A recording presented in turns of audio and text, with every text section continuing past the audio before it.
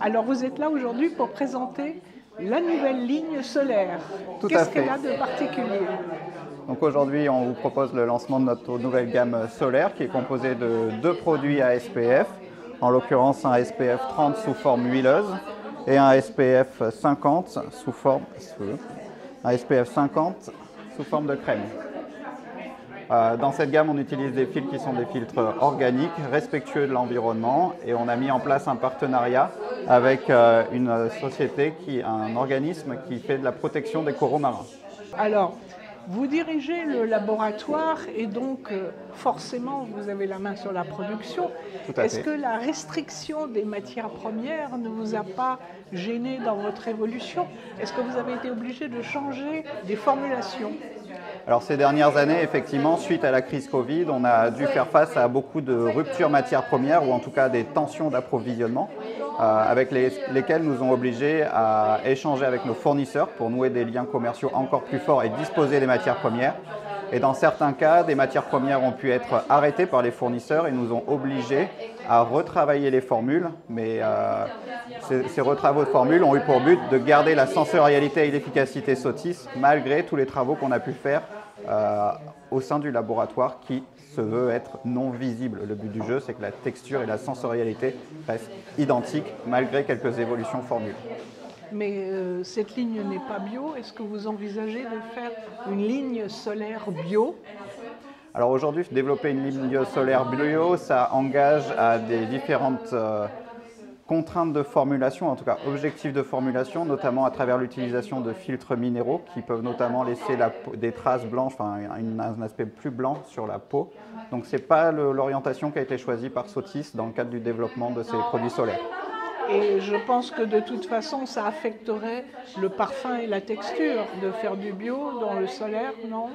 C'est-à-dire qu'en fait, nous, notre philosophie, c'est vraiment de faire des produits de soins qui, dans le cadre d'une gamme solaire, sont des produits de soins avec SPF, de protection solaire.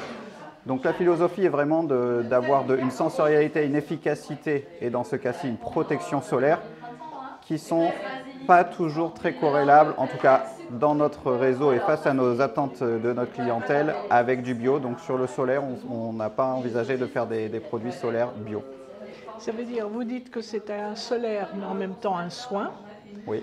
Donc est-ce qu'on peut envisager d'utiliser uniquement en tant que soin et pas uniquement en tant que solaire? On n'est pas obligé d'avoir une crème plus le solaire.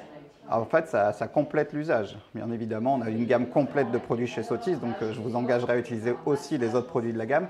Mais effectivement, notre produit solaire et nos produits solaires, on a donc deux produits SPF et trois produits qui sont des produits de soins qui viennent compléter l'action des produits solaires au sens où quand on expose notre peau au soleil, il va se passer des réactions internes dans la peau qui vont mettre en œuvre des mécanismes biologiques qu'on va chercher à accompagner avec notre gamme solaire. Donc chez Sotis, quand on développe une gamme, on répond certes à une thématique qui ici va être la protection solaire, le solaire, mais on vient accompagner aussi la peau dans tout ce que ça peut représenter comme agression, en l'occurrence ici lié au rayonnement UV, pour rééquilibrer la peau. Donc c'est en ça qu'on parle de soins, de produits qui ont toujours une efficacité soin.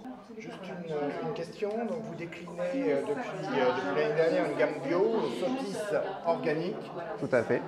Je crois qu'il y a une demi-douzaine de produits, donc c'est assez restreint par rapport à vos 300 références. Comment est perçue cette gamme aujourd'hui par le public? Est-ce que ça marche bien aujourd'hui ou est-ce que c'est quelque chose de nouveau pour vous? Est-ce que c'est un peu difficile, un peu compliqué aujourd'hui à mettre en place?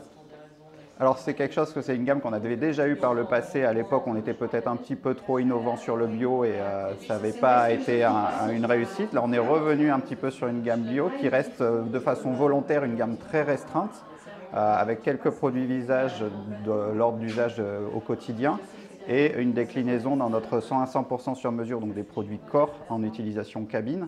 À ce jour, il n'y a pas de volonté d'étendre plus au-delà la gamme bio. Voilà, ça permet d'offrir une offre aux instituts qui souhaitent avoir ce genre de produits, enfin, cette typologie de produits. Mais au jour d'aujourd'hui, il n'est pas prévu d'aller au-delà. Est-ce que c'est pas difficile de faire le lien entre des textures qui sont assez particulières chez Sotis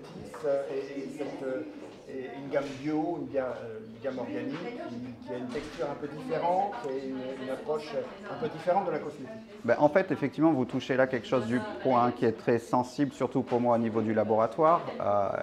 Il est vrai que ce qui fait de Sotis la marque qu'elle est au jour d'aujourd'hui, ça va être la sensorialité, l'efficacité et tout l'univers sensoriel, olfactif qui va avec les produits.